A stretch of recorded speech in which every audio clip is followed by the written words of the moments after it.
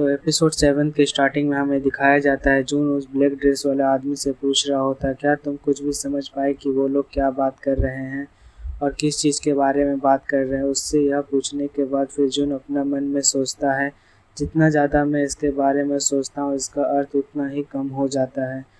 फिर वह black dress वाला आदमी जून को बताता है, ज़्यादा तो नहीं समझ पाया लेकिन जो थोड़ा थोड़ा मुझे समझ आया उससे मैं यह समझाने का मैं सक्षम हो गया हूँ कि वो क्या कर रहे थे।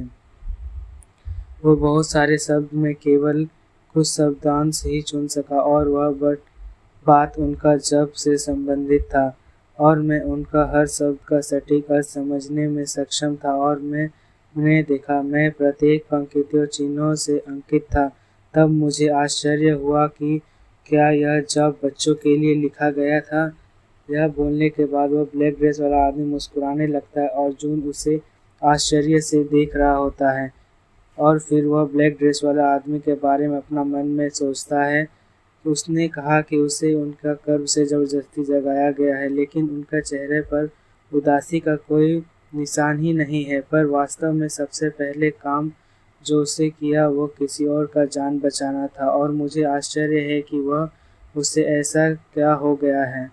और फिर जेरी को कुछ याद आता है और वह चौंकते हुए बोलता है, रुको, नहीं। वह मेरा सभी सवालों का बहुत ही सामान्य तरीके से जवाब दे रहा है। यह लगभग ऐसा है जैसे वह समय को नष्ट कर रहा है।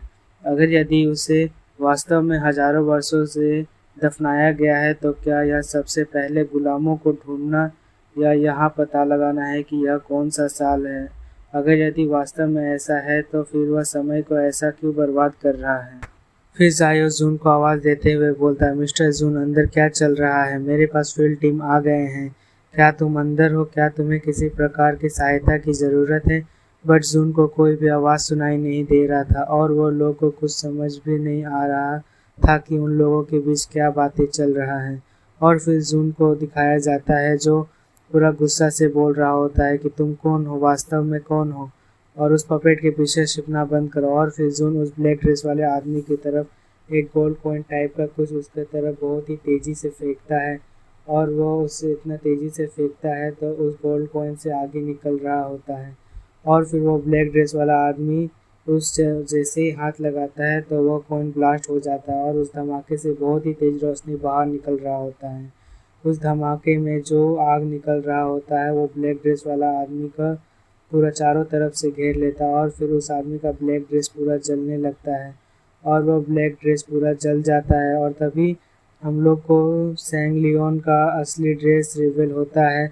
वो ड्रेस ऐसा लग रहा था जैसे चाइनीज़ मूवी में राजा महाराजा लोग जो ड्रेस पहनते हैं बिल्कुल उसी तरह लग रहा था। और उसका आइज़ बिल्कुल बदल गया था, उसका आइज़ ब्लू कलर का हो गया था। फिर जून अपना मन में बोलता है, रुको, क्या द फ्रेंड कंपेडियम में यह नहीं कहा गया है कि पपेट चोट लगते ही शांत हो जाते हैं। और हार्टलिंग मंत्र के बारे में क्या यह स्रोत कोड है और उसका शरीर पर खून से सना हुआ कुल देवता है। मुझे आश्चर्य हो रहा है कि वो क्या है। और फिर वह पपेट जून को बोलता है, तुम बहुत चतुर हो और छोटे हो, तुम्हारा उल्लंघन मंत्र खूबसूरती से तैयार किया गया है। और इतना बोलने के बाद वह गुस्से से जून से पूछता है, तुम्हारा टीचर कौन है। और यह बोलते ही वो जून के ऊपर बहुत ही तेज़ी से उसके ऊपर हमला कर देती है और वह हवा में उड़ते हुए जून को एक बहुत ही तेज़ी पंच मारता है। जून कुछ दूर पीछे जाकर गिरता है और वह जैसे ही जून को मारता है तो उससे इमोजी टाइप का कुछ कॉइन बाहर निकल रहा होता है। और फिर जून खड़ा होता है और वह अपना सुपर नेचुरल पावर की मदद से वह कुछ स्पेल बोलता है और तभी वह पपेट जहाँ पर खड़ा होता है उसका पैर के नीचे कुछ रेड कलर का पावरफुल रंगोली टाइप का कुछ बन जाता है। और उस रंगोली के मदद से जून उसे बहुत सारे जंजीर बाहर निकालता है और वह जंजीर से पपेट को जंजीर में पकड़ लेता है।